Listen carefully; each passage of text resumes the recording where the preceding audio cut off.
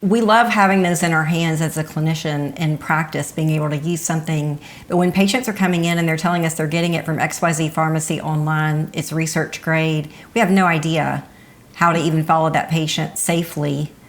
And then what we're doing on top of that, right? Treating them with hormones and things like that. It makes me really nervous for them because I've even seen some heavy metal situations from research grade, lead, mercury, things like that. And so it's really a big deal. And patient safety always should come first. And so that's where that crux was of, no, this is compounding, and peptides are natural compounds.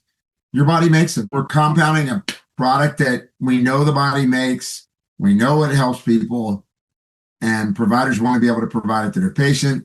And it's why the compounding laws were there to begin with, to help the individual and the provider have that relationship. When I showed one of my tactics when I first did the first BPC testimonial was what FDA supplied to the PCAT committee was evidence that these things aren't tested rigorously.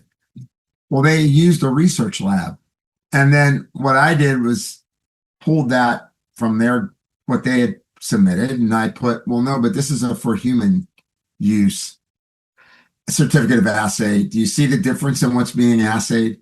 Do you notice the toxins, endotoxins, adulterants, strength, molecular weight, everything's being identified in the for human use over here, not so much over here. And I think in the end, that's, I actually, at the end of the 2 days, it was exasperating. I felt like I ran a marathon in 2 days. Couldn't,